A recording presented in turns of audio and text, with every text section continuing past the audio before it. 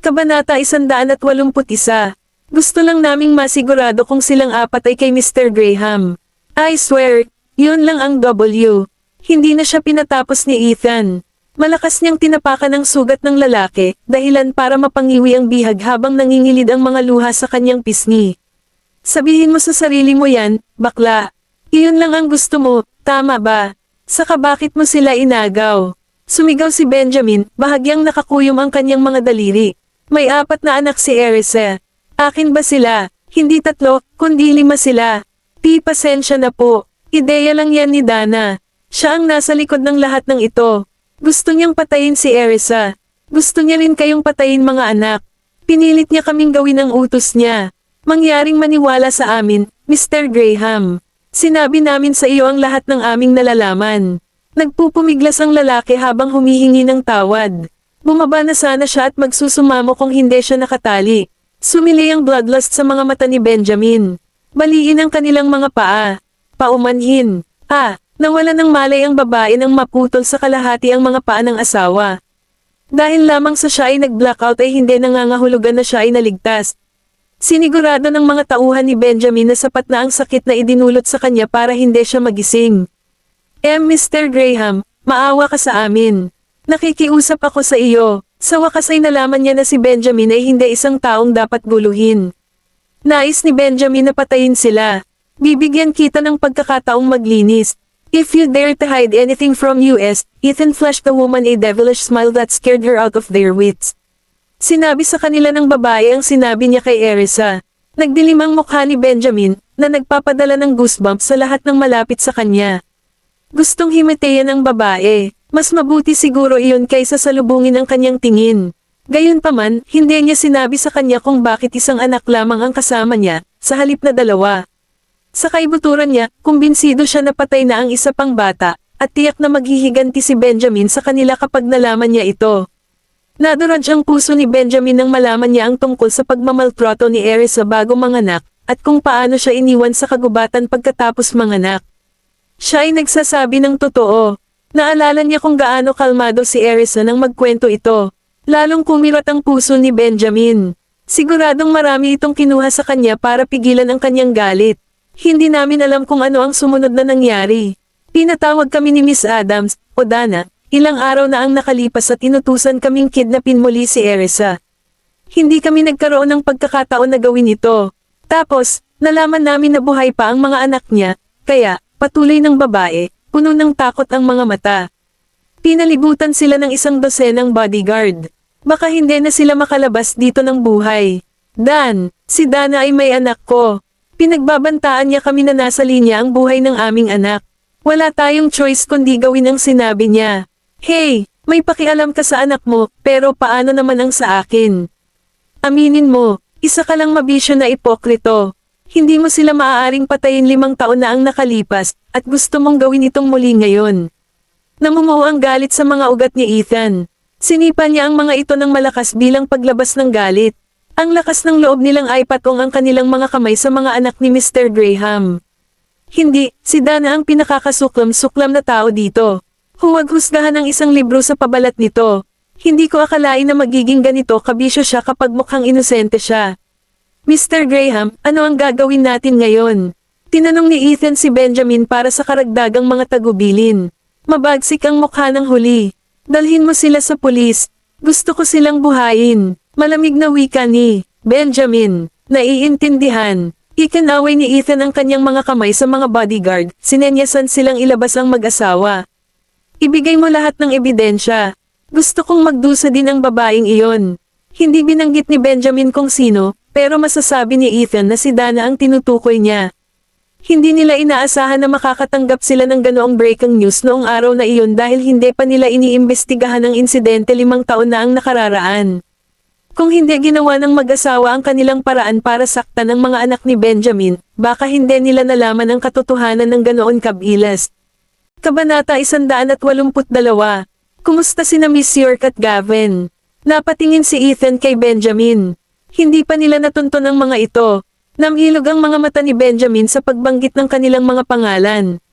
Hahanapin ko sila ng personal. Saka siya tumalikod at pumasok sa kotse.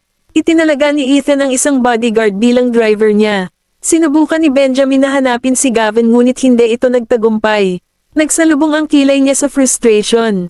Hindi mahanap si Erisa at ang dalawa pang bata. Iniiwasan niya ba ako? Kasama niya ba ang mga bata? Pati si Gavin. Pinunasan ni Benjamin ang kanyang mga templo. Samantala, dumating na si Ethan at ang kanyang mga tauhan sa himpilan ng pulisya kasama ang dalawang salarin. Nagsampa sila ng ulat sa pulisya hinggil sa kanilang mga krimen 5 taon na ang nakararaan gayon din ang tangkang pagkidnap noong araw na iyon. Lahat ng ebidensya ay nakaturo kay Dana, ang tunay na utak sa likod ng lahat. Mabilis na kumilos ang mga pulis. Inaasahan ni Dana si Benjamin. Maya-maya ay nakarating sa kanya ang tawag nito. Benjamin, ang sakit ng ulo ko. Kailan ka pupunta? Malapit na ako. Malamig niyang sabi at agad ding ibinaba ang tawag. Hindi napansin ni Dana ang galit sa boses nito. Nakahawak sa kanyang telepono, sumili ang kanyang mga labi sa isang matamis na ngiti habang dinadamdam siya ng isang masayang sensasyon. Alam ko na, mahal ako ni Benjamin. Sa kasamaang palad, dumating ang mga pulis para sa kanya. Nang bumukas ang pinto, bumaba si Dana sa kanyang kama. Balak niyang batiin ang kataypan ng nakangiti. Benjamin. Natigilan siya nang mapagtantong hindi siya ang nasa pintuan. Anong ginagawa ng mga pulis dito? Miss Adams, pinaghihinalaan kang ng kidnap. Please follow US. Nagdilim ang mukha ni Dana, ngunit nagawa niyang pagsamahin ang sarili. Siya ay isang mapagmataas na Adams, pagkatapos ng lahat. Wala akong ginawa. Maniwala ka man o hindi, maaari kitang kasuhan ng paninirang puri. Ang pulis na humaharap sa kanya ay hindi natatakot sa kanyang pagmamataas. Nasa kanila si Benjamin bilang kanilang suporta. Sa pagitan ng mga Graham at ng mga Adam, ito ay isang no-brainer pagdating sa pagpapasya kung sino ang pipiliin nilang paglangkuran. Mag-iimbestiga tayo, Miss Adams. Sa ganitong paraan, pakiusap. Mariing sabi ng pulis, kung tumanggi pa rin siyang makipagtulungan, hindi sila magdadalawang isip na gumamit ng dahas. Galit na galit si Dana. Nabalot siya ng gulat. Sino nagsabi sa akin? Yung dalawang yon. Hindi mo ba kayang maghintay hanggang sa ganap akong gumaling? Kamakailan lang ay nabangga ako ng kotse. Ang sakit ng ulo ko. Natatakot ako na kailanganin ka naming ilayo sa pamamagitan ng puwersa kung tatanggi kang makipagtulungan. Ikinaway ng pulis ang puzzle sa kanyang mga kamay na nagpapahiwatig sa kanyang mga kasama na maghanda. Kumbaga, hindi kayang ipahiya ni Dana ang sarili bilang public figure. Sige, sasamahan kita. Kinagat niya ang kanyang mga ngipin at lumabas. Hinawi niya rin ang buhok niya para itago ang mukha niya. Nagdulot ng kaguluhan ang mga pulis sa ospital. Maraming usiserong manonood ang nagtipon sa pinangyarihan. Sa lalong madaling panahon, ang mga tao ay sumabog sa daldalan. Nakilala ng isa sa kanila si Dana. Oy, hindi ba si Dana iyon? Kamukha niya. Nanood ako ng mga pelikula niya dati. Dana, ang daming dumagsa sa kanya. Tinakpan ni Dana ang kanyang mukha ng kanyang mga kamay habang patuloy na kumikislap ang mga kamera. May nagawa ba siyang krimen? I bet she did. Bakit pa gagawin ng mga pulis dito? Paf, mga idol. Sino ang nakakaalam kung gaano sila kabuzzer sa ilalim ng lahat ng kagandahang iyon? Magaling sinabi. Ito ay totoo lalo na sa mga babaeng kilalang tao. Hindi sila kailanman kasing inosente gaya ng sinasabi nila. Patuloy ang pangungutya. Walang paraan si Dana na pabulaanan ng kanilang mga pahayag dahil hindi siya nang ahas na magpakita ng sarili. Binilisan niya ang lakad niya. Umaasa siyang makasakay siya sa kotse sa lalong madaling panahon. Sa kasamaang palad, nabangga niya ang isang lalaki at hindi sinasadyang nalantad ang sarili. Si Dana talaga, may sumigaw. Mabilis, kunan mo siya ng picture. Nakakagulat na balita ito. Excited na naghiyawan ang mga reporter at paparazzi na nakihalo sa mga tao habang sunod-sunod na kinunan ng litrato. Hindi, huwag. Nakakatakot na tumili si Dana, ngunit walang layunin ang kanyang kahilingan. Ang karamihan ng tao ay hindi mapigilan. Umalis, pinigilan ng mga pulis ang karamihan. Ang mga tao ay umatras, ngunit ang kanilang mga kamera ay hindi tumigil. Dinala si Dana sa sasakyan ng pulis. Dana, bakit ka naaresto? Tanong ng isang reporter. Kabanata 183. Hello, sir. Maaari ko bang malaman kung ano ang kanyang kasalanan? Tanong ng reporter sa pulis nang hindi sumagot si Dana. Ia-anunsyo namin ito kapag natapos na ang aming mga investigasyon. Abangan ang aming website para sa higit pang mga detalye, sagot ng pulis at walang palom na sumakay sa kotse. Umalis sila sa eksena kasama si Dana. Napatulala, napatingin si Dana sa isang opisyal sa kanyang harapan. Sino ang nagsumbong sa akin para sa pagkidnap? Walang sumagot. Sa puntong iyon, nakaramdam siya ng matinding insecurity. Sinabi sa akin ni Benjamin na malapit na siyang maabot. Bakit hindi ko pa siya nakikita? Hindi niya maaaring malaman kung ano ang nangyari. Baka papunta pa siya. Maaari ba akong tumawag sa telepono? Anong balak mo? Tinitigan siya ng masama ng pulis. Gusto kong makakuha ng abogado. Siyempre sasabihin niya yon. Galing siya sa mayamang pamilya, kung tutuusin. Ipapaalam namin sa pamilya mo. Iabot mo yung phone mo. Galit na nagngangalit ang mga ngipin ni Dana. Nababalot ng galit ang mukha niya. Wala siyang choice kundi makipagtulungan sa mga pulis. Dahil sa gulat, naikuyong niya ng mahigpit ang kanyang mga kamao. Sino ang nagsumbong sa akin? Is it Mitch Erisa? Or Benjamin? Kailangan kong manatiling kalmado bago ko malaman kung sino ang may pananagutan dito. Samantala, sumabay sa kalsada sina Bradley at Erisa kasama ang 5 bata. Maingat nilang iniwasan ang mga surveillance camera at nagawa nilang iwasan ang mga tauhan ni Benjamin. Mami, papunta na sa amin si Benjamin. Sinusubaybayan ni Zachary ang kinaroroonan ni Benjamin. Nakakunot noo, tumingin siya kay Gavin ng may pagdududa. May dala ka bang anumang bagay na maaaring magbigay ng aming lokasyon? Umiling si Gavin. Hindi. Nablock ko na lahat ng signal. Biglang may pumasok sa isip niya. Kinapa niya ang kanyang kwintas, ang may bala ng bala. Matapos suriin ito, nalaman niyang naka-embed ito ng isang tracker. Nalantad kami. Umiyak si Zachary. The very next moment, ibinaba ni Gavin ang bintana at walang pag-aalinlangan na ibinato iyon palabas ng sasakyan. Sweetheart, bulalas ni Erisa. Mommy, kailangan na nating umalis sa lugar na ito sa pinakamabilis na panahon. Mr. Hinton, tamaan mo ng gas. Hindi natin dapat hayaang maabutan tayo ni Benjamin. Bakas ang lungkot sa mga mata ni Gavin. Walang pakialam sa akin si Daddy. Kaya, hindi dapat bagay sa akin ang kwintas na iyon. Nadurog ang puso ni Erisa nang mapansin niya ang kalungkutan ni Gavin. Niyakap siya nito at masuyong hinaplos ang ulo nito. Hindi mo naman kailangang itapon, Gavin. Maaari nating itago ito sa ibang lugar. Siguradong malaki ang kahulugan ng kwintas na iyon sa kanya. Dadalhin niya ito kahit saan siya magpunta. Mami, ayoko na. Ang sakit ng leeg ko. Nakayakap si Gavin sa kandanggan niya habang tinatapik ang ulo niya. Nakonsensya naman si Zachary na sumulyap kay Gavin. Masama ang loob niya sa paghihinala sa huli ng pagtataksil. Iregalo kita sa susunod, saad ni Zachary. Hindi mapigilan ni Erisa ang mapangiti sa kanyang kabaitan. Gavin, huwag kang malungkot. Magkakaroon ka ng marami pang regalo sa hinaharap. Sinubukan siyang pasayahin ni Jesse. Natigilan si Gavin sa naging reaksyon nila. Hindi ako malungkot, tungkol saan ang lahat ng ito. Tumango naman sina Jasper at Oliver. Sa susunod, ibibigay namin sa iyo ang anumang gusto mo. Hindi ako malungkot, napakagatlabi si Gavin at bumalik sa kanyang upuan. Nadismaya lang ako kay Daddy dahil gumamit siya ng ganyang dirty trick para matunten ako. Matapos tanggalin ang tracker, nagawa nilang mawala si Benjamin nang walang kahirap-hirap. Gayunpaman, nagpasya silang sumakay ng ibang sasakyan. Hindi sila maaaring maging masyadong maingat. Nang marating ni Benjamin at ng kanyang mga tauhan ang lugar kung saan itinapon ang kwintas, dumilim ang kanyang mukha. Napapaligiran sila ng mga taniman na walang palatandaan ng mga bata. Kunin mo sa akin ang kwintas. Gavin, ang batang ka. Tinapon niya talaga yung kwintas ha. Nagmamadaling hinanap ng mga bodyguard ang gamit kahit naaawa kay Gavin. Gavin, mangyaring manatiling nakatago, kung hindi, haharapin mo ang galit ni Mr. Graham. Natagpuan ng mga bodyguard ang kwintas sa putik pagkaraan ng ilang sandali. Ibinalik nila ito kay Benjamin matapos itong hugasan. Hawak ang kwintas sa kanyang mga kamay, inilibot ni Benjamin ang paligid. Kabanata 184. Sa ilang, makikita ang isang nayon sa di kalayuan. Walang surveillance camera sa liblib na lugar. Erisa, magtago ka ng mabuti. Matapos matukoy ang direksyon, ipinagpatuloy ni Benjamin ang paghabol at inutusan ang mga bodyguard na pahabain ang hanay ng paghahanap.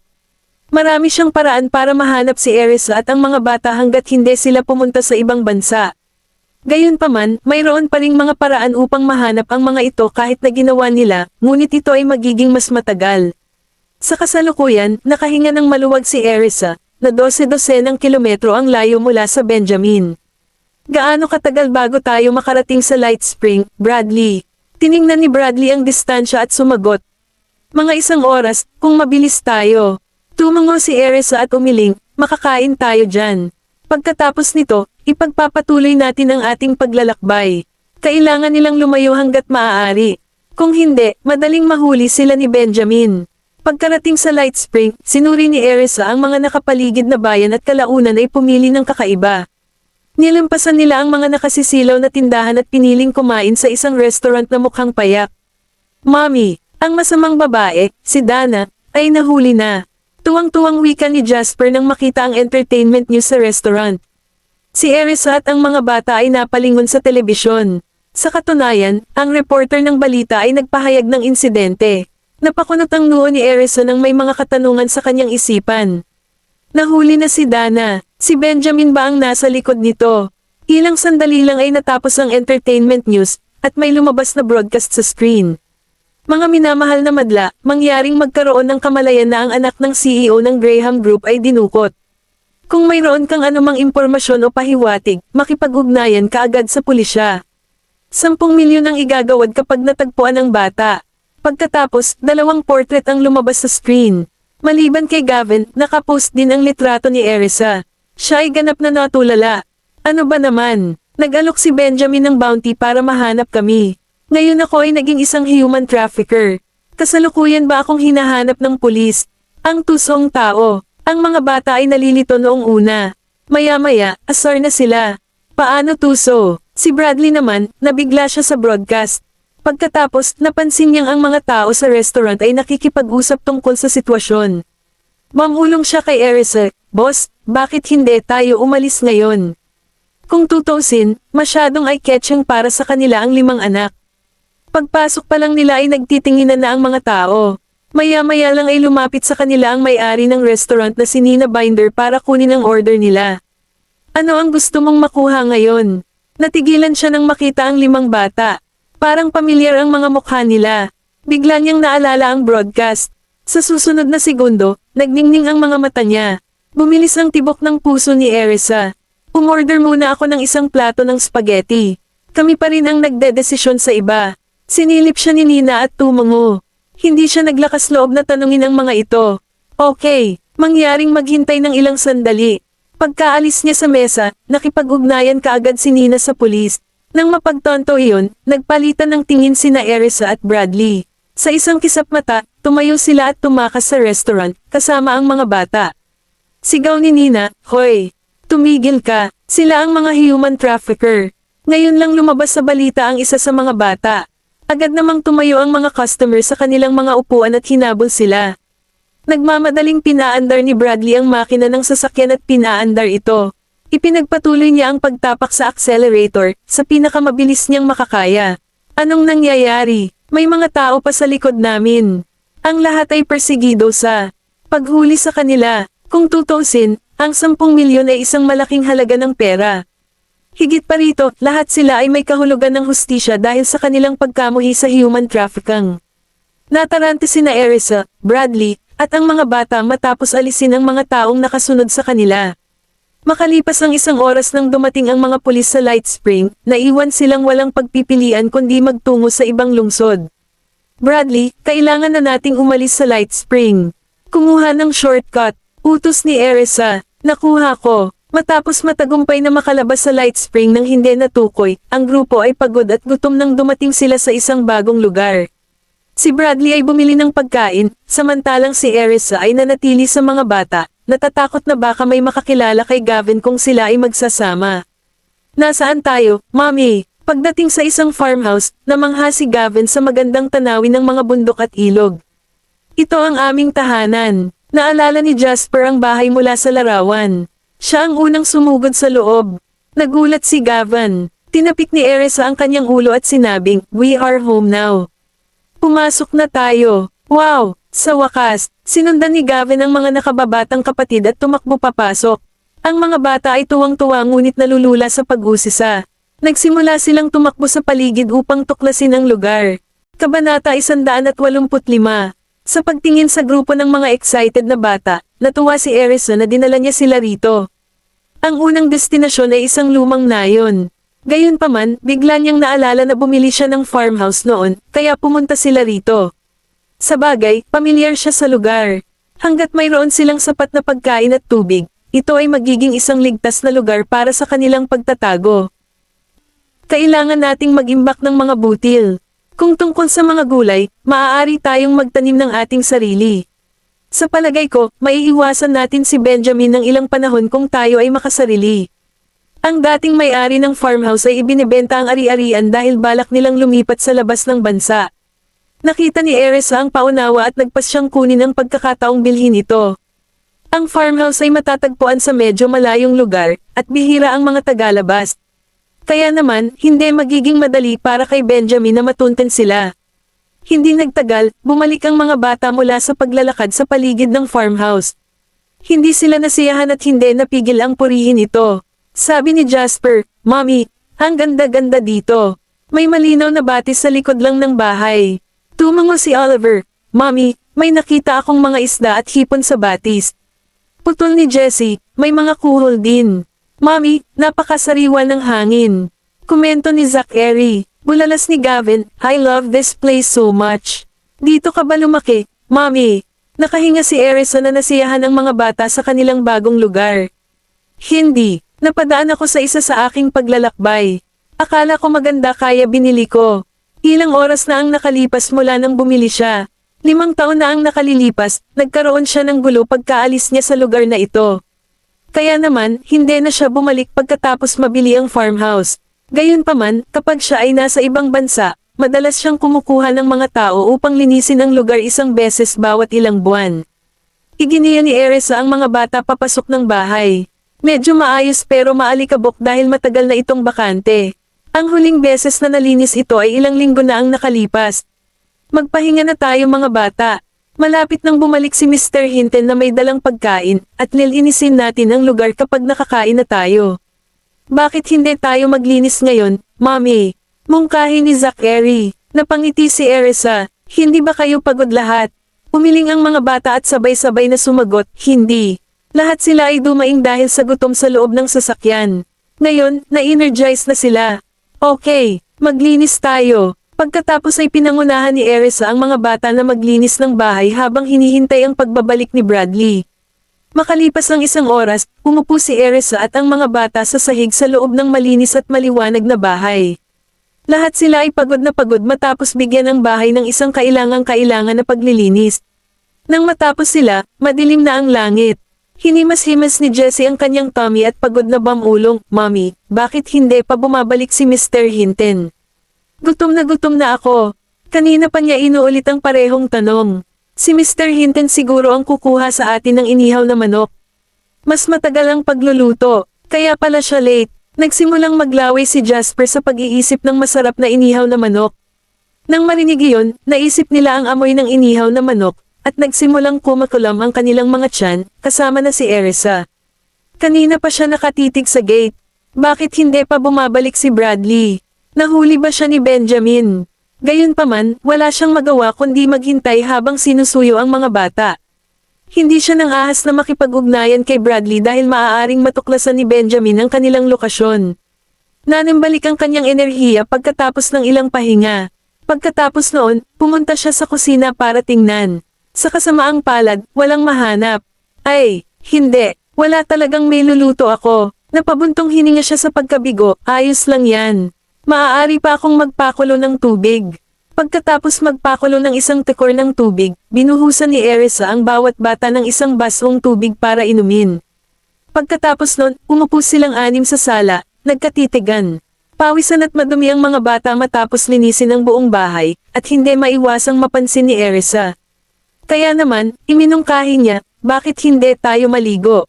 Para silang maruruming kuting pagkatapos ng oras ng laro, ang cute." "Masyado akong pagod para mag-shower." Daing ni Oliver habang nakasubsob ang mukha sa dining table. "Gusto mo ba ng tulong ni Mommy?" Kinaya pa ni Erisa ang gutom. Gayunpaman, nag-aalala siya sa mga bata. Nakalimutan niyang magdala ng pagkain dahil sa pagmamadali. Siguradong gutom na ang mga bata. Umupo ng tuwid si Oliver at sumagot, hindi. Malungkot ang ekspresyon ni Erisa. Pagod ka rin siguro, Mommy. Maligo na tayo pagkatapos kumain. Kung tutusin, hindi na kailangang magmadali ngayon, dagdag ni Oliver sa pagtatangkang aliwin ng kanilang ina. Ginulo ni Erisa ang kanilang buhok at hinimok, uminom ka pa ng tubig. Ito ay magpapagaan sa iyong pakiramdam. Nanatiling walang pakialam ang mga bata dahil marami na silang tubig. Sa halip, mamulong sila, bumalik ka kaagad, Mr. Hinton. Kabanata 186. Matapos maghintay ng mahabang panahon, sa wakas ay bumalik si Bradley. Noong una, may kasama siyang 2 lalaki. Gayunpaman, ang paglalakbay sa isang malaking grupo ay masyadong kapansin-pansin. Kaya naman, inatasan sila ni Bradley na gumala sa bayan at ipaalam sa kanya kung may nakita silang kainahinala. Bumalik na si Mr. Hinton. Bulalas ni Gavin sa tuwa nang mapansin ang kumikinang na ilaw ng sasakyan sa bintana. Si Mr. Hinton po. Tuwang-tuwa rin ang ibang mga bata. Bumangon si Erisa na may ngiti sa lobby. Sa wakas, nakabalik ka na. Halos mamatay na tayo sa gutom, Bradley. Paumanhin ni Bradley, nabutas ang isa sa mga gulong ng kotse habang pabalik ako. Kaya, natigil ako. Mabilis niyang kinuha ang pagkain sa sasakyan. Kumain muna tayo at iwanan ang lahat para mamaya. Kinuha ni Erisa ang pagkain at nagmamadaling pumasok sa bahay. Inilapag ni Bradley ang pagkain sa mesa. Pagkatapos maghugas ng kamay ay sumama na siya sa kanila sa hapunan. Nilalamon ng mga bata ang pagkain, maliban kay Gavin. Gayunpaman, mas mabilis siyang kumain kaysa karaniwan. Dahan-dahan. Pagkastigaw ni Erisa dahil nag-aalala siyang baka mabulunan ng mga bata kapag mabilis nilang nilamon ang kanilang pagkain. Panunokso ni Jasper, paano mo nasabi, Mommy? Ang bilis mo din kumain.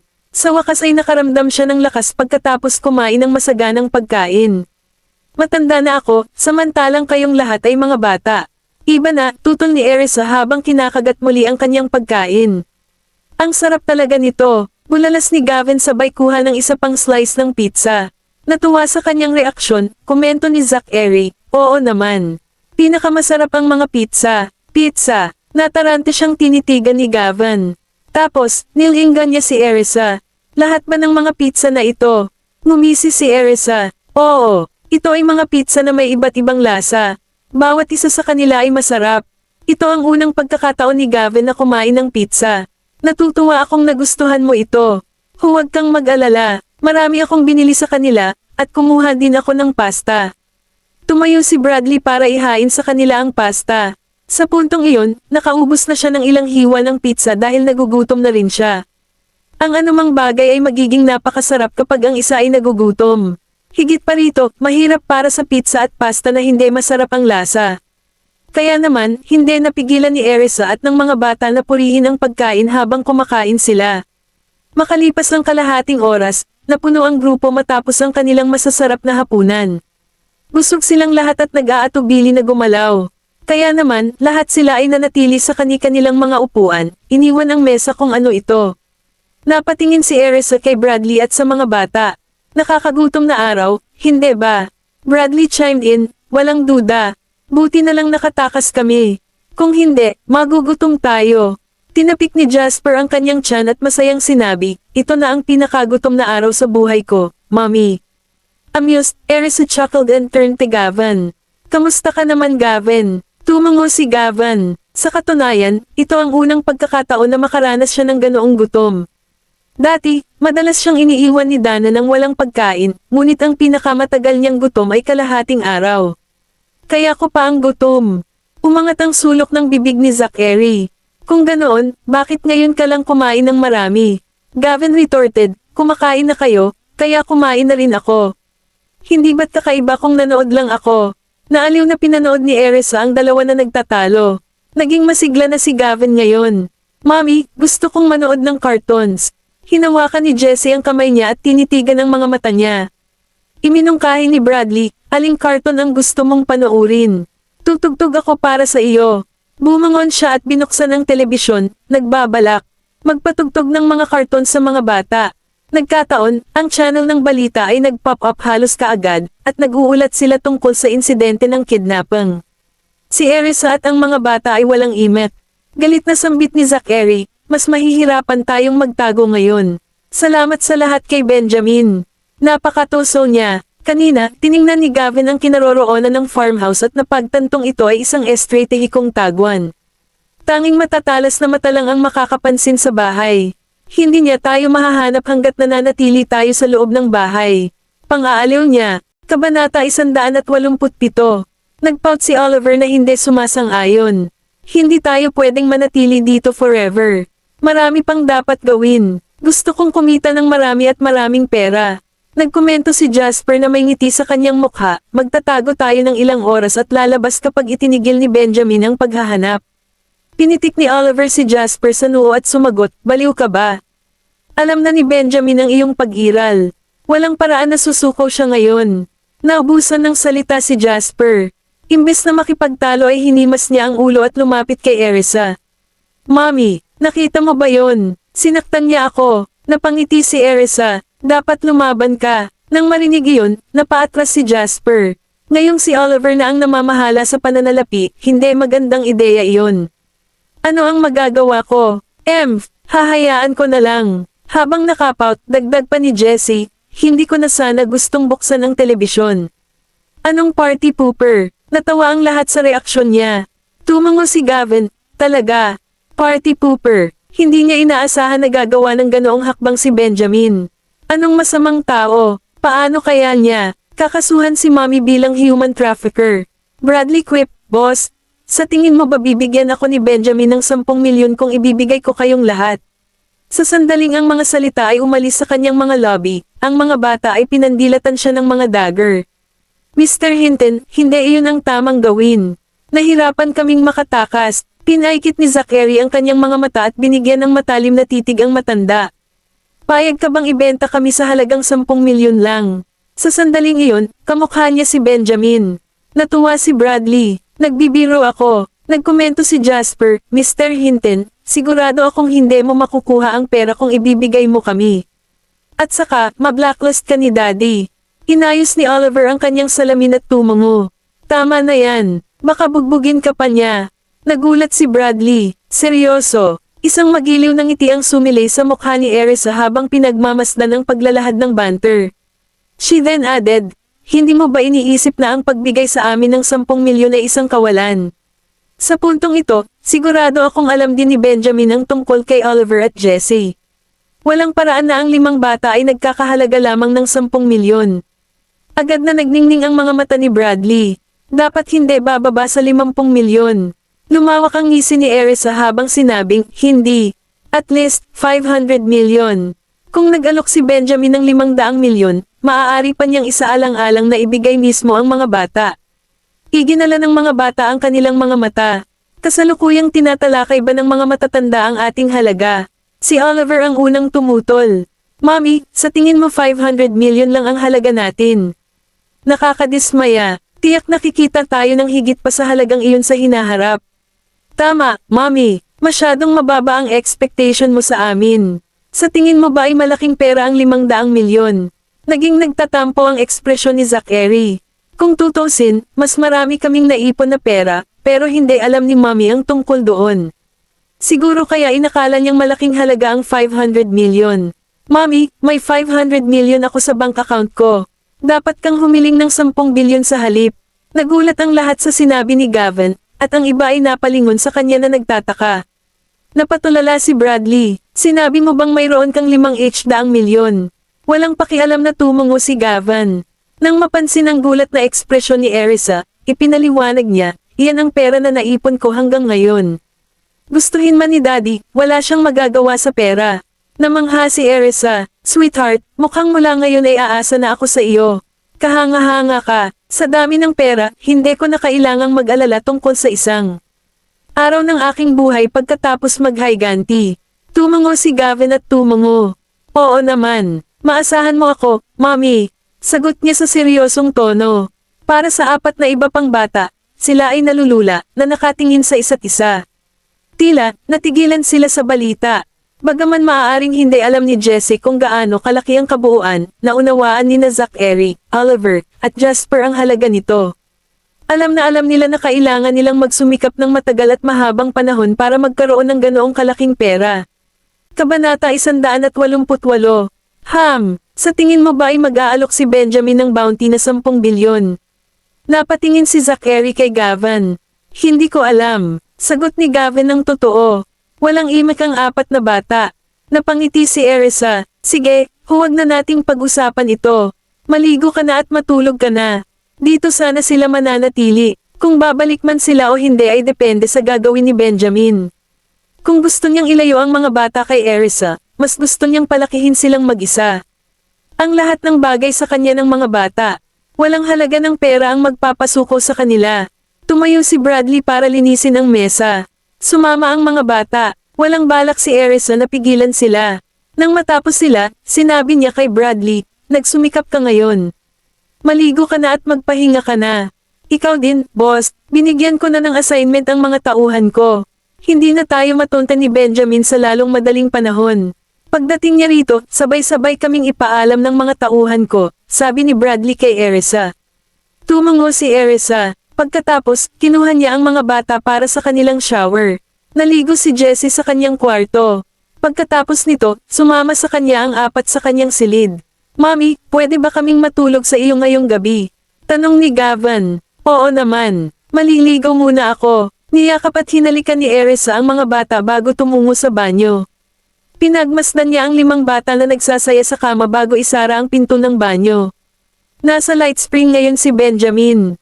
Haha, humadjajik si Zachary nang mahanap niya si Benjamin. Siguradong galit na galit ang lalaki nang mawala sila.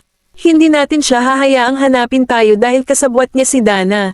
Putol ni Jesse. Hindi na siya nagtiwala kay Benjamin.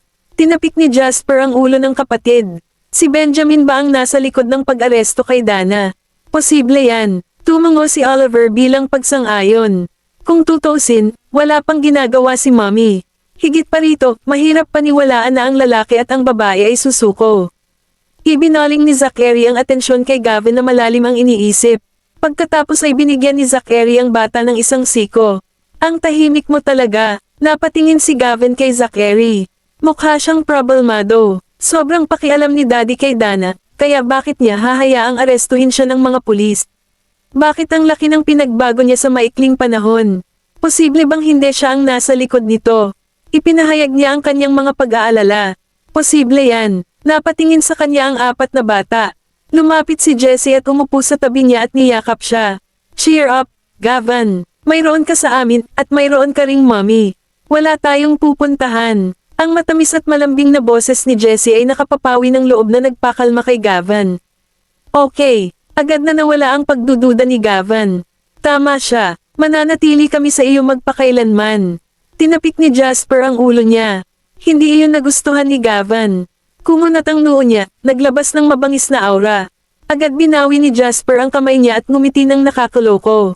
Isang tapik lang. Gaanong bastos, panunuyan ni Oliver. Anong sabi mo? Tumango si Jasper. Ngumiti si Zachary sa kanila. Sabihin, sa tingin mo gaano katagal bago tayo mahanap ni Benjamin? Sinulyapan siya ni Gavin at mahinahong nagsalita, huwag mo siyang maliitin. Hanggat nananatili kami sa bansa, hindi magtatagal bago niya malalaman kung nasaan kami. Kaya, kailangan nating mag-ingat. Hindi pwede. Ganoon ba siya kagaling? Nagtago kami sa gitna ng kawalan. Sa tingin mo mahahanap niya tayo ng ganoon kaga? Kumunat ang noo ni Jasper na hindi makapaniwala. Lahat ng balita ang pagkawala namin. Makikilala na tayo ng mga locals sooner or later, paliwanag ni Gavin. Kabanata 189. Nagkasundo ang 4 na bata na may punto si Gavin. Ano ang dapat nating gawin? Bulong ni Jessie at itinoon ang atensyon sa 4.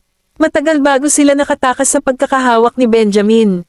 Nag-aalala siya na hindi magiging mabait sa kanila ang lalaki kapag nahanap na niya sila.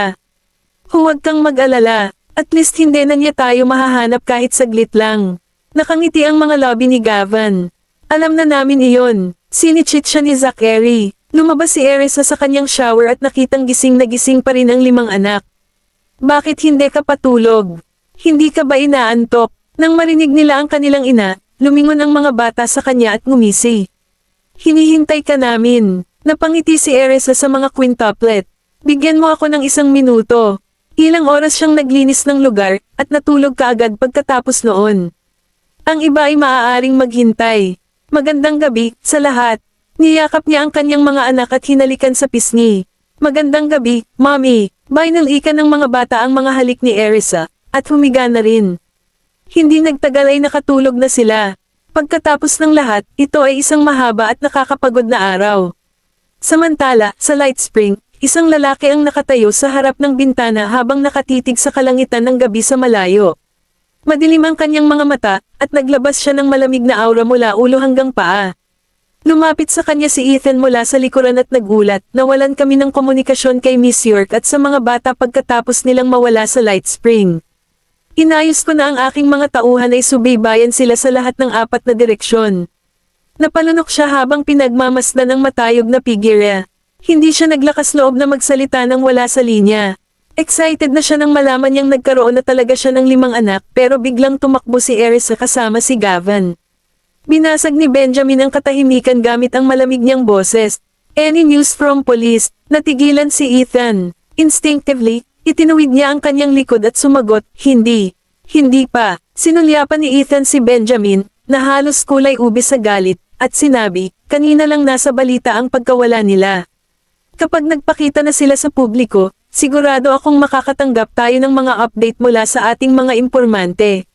Namilog ang mga mata ni Benjamin nang marinig iyon, ngunit iba pa rin ang nasa isip niya. Pagkaraan ng ilang oras, sinabi niya, I want no harm to come to them. Tiyakin ang kanilang kaligtasan. Oo naman, sagot naman ni Ethan sabay tango. Iyon ay hindi na kailangang sabihin. Pagkatapos, tumalikod si Benjamin at tumungo sa pintuan. Natigilan si Ethan na sumunod. Mr. Graham, saan ka pupunta ng ganitong oras? Bumalik sa Delmore. Maikling sagot ni Benjamin na lalong ikanalito ni Ethan. Isuko na ba natin ang paghahanap? Palakihin ang bounty. Nanlaki ang mga mata ni Ethan. Nagtanong siya, magkano? Para sa kanya, ang 10 milyon ay higit pa sa sapat. 100 milyon. Nanginginig ang mga labi ni Benjamin. Natitiyak niyang hindi tuluyang may tatagaw ng babae. Napakurap si Ethan at itinaas ang salamin niya. Iyon ay medyo labas, hindi ba? Maya-maya lang ay nagring ang phone ni Benjamin. Ito ay isang tawag mula sa pamilya Graham. Isang boses ng matandang lalaki ang umalangaw-ngaw mula sa kabilang linya. Benjamin, nasaan ka? Bumalik ka ngayon. Ito ay si Darius Graham, ang ama ni Benjamin. Anong problema? Mahinahong sagot ni Benjamin. Ilang sandali pa ay pinigilan ni Darius ang galit bago ito nagsalita. Narito ang pamilya Adams. Paalisan mo na lang sila, malamig na tugon ni Benjamin. Anong nangyayari? Sinabi nila na inaresto mo si Dana. Humingi ng sagot si Darius. Tama, pagtatapat ni Benjamin. Nagulat si Darius sa narinig. Nako, mahal. Anong nangyari sa inyong dalawa? Bitawan mo siya, kaagad. Imposible iyan, maikling sagot ni Benjamin. Are you trying to piss me off? Kahit anong mangyari sa inyong dalawa, nanay pa rin siya ni Gavin. Ano ang mangyayari kay Gavin kung siya ay nasa kulungan? Hindi siya ang biological mother ni Gavin. Sa sinabi nito, tinapos ni Benjamin ang tawag at nagtungo sa Delmore. Kabanata 190. Nagkagulo ang pamilya Graham. Hindi makapaniwala si Darius sa kanyang narinig. Naisip niya na baka may narinig siya. Muli niyang tinawagan si Benjamin. Tatay, hindi nagustuhan ni Darius ang tunog ng bastos na tono ni Benjamin, ngunit nagpa siyang hayaan muna itong dumausda sa ngayon. Anong sabi mo? Hindi si Dana ang biological mother ni Gavin. Tama, mataray na sagot ni Benjamin. Paano ito posible? Natarante si Darius. Manood ng balita. Doon mo makukuha ang mga sagot mo. Kaya lang, in-end na naman ni Benjamin ang tawag. Sa totoo lang, kababalik lang ni Darius mula sa nayon. Hindi niya naabutan ang balita. Dumating na ang pamilya Adams sa sandaling bumalik siya. Wala talaga siyang alam sa nangyari noong wala siya. Buksan mo ang balita. Mabilis. Hinimok niya si Edwin na buksan ang telebisyon. Sabay scroll sa balita sa phone niya. Attention sa lahat ng manunood. Mangyaring makipag-ugnayan sa numero sa ibaba o sa lokal na pulisya kung mayroon kang anumang impormasyon tungkol sa kanilang kinaroroonan. Ang gantimpala ay 100 milyon. Nagulat si Darius at Edwin. Anong nangyayari? Nawawala ba si Gavin? Ano pa hinihintay mo, tawagan mo siya? Nakaramdam si Darius ng galit sa loob niya. Nabigo siyang mapansin na 5 bata ang pinag-uusapan, hindi lang si Gavin, kundi nag-alala siya nang makita niya ang larawan ni Gavin. Nakakunot ang noo ni Edwin na sinubukang tawagan si Gavin. Matandang Mr. Graham, hindi ko siya maabot. Tinampal ni Darius ang mga hita niya sa inis. Bakit hindi ipinaalam sa akin ng bastos na iyon ang tungkol sa pagkawala ng kanyang anak? Isa siyang nakakakilabot na ama. Huwag kang mag-alala, matandang Mr. Graham. Sigurado akong nagutos si Mr. Graham ng search party. Mabilis na inaliw ni Edwin ang matanda. Dumilim ang mukha ni Darius habang kumukulo ang galit. Nag-scroll pa siya sa phone niya bago tuluyang napunta sa isang news article. Habang binabasa niya ang nilalaman, muntik niyang mabagsak ang kanyang telepono sa sahig. Older Mr. Graham, ano ang balita? Napansin ni Edwin na mas lalong nagalit ang matanda. Tingnan mo ang iyong sarili. Yung bitch. How dare she do that sa apo ko? Ipinasa ni Darius ang kanyang telepono kay Edwin bago siya lumabas ng study, na ay nalalayan ng kanyang walking cane. Hindi umalis ang pamilya Adams. Napatayo sina Zayden at Vivian nang makita nila si Darius. Mr. Graham, ano ang sinabi ni Benjamin? Nakasimangot ang mag-asawa, mukhang problemado. Pagkatapos ng lahat, biglang inaresto ni Benjamin ang kanilang anak na babae, at hindi nila ito mapiyansa. Nagtagal ito, ngunit kalaunan ay nalaman nilang si Benjamin pala ang nanligaw kay Dana. Sinubukan nilang kontakin siya, ngunit hindi sinasagot ng lalaki ang kanilang mga tawag. Kaya naman, maaari lamang silang humingi ng awa kay Darius. Tinapunan ni Darius ng malamig na tingin ng mag-asawa habang nakatayo siya roon.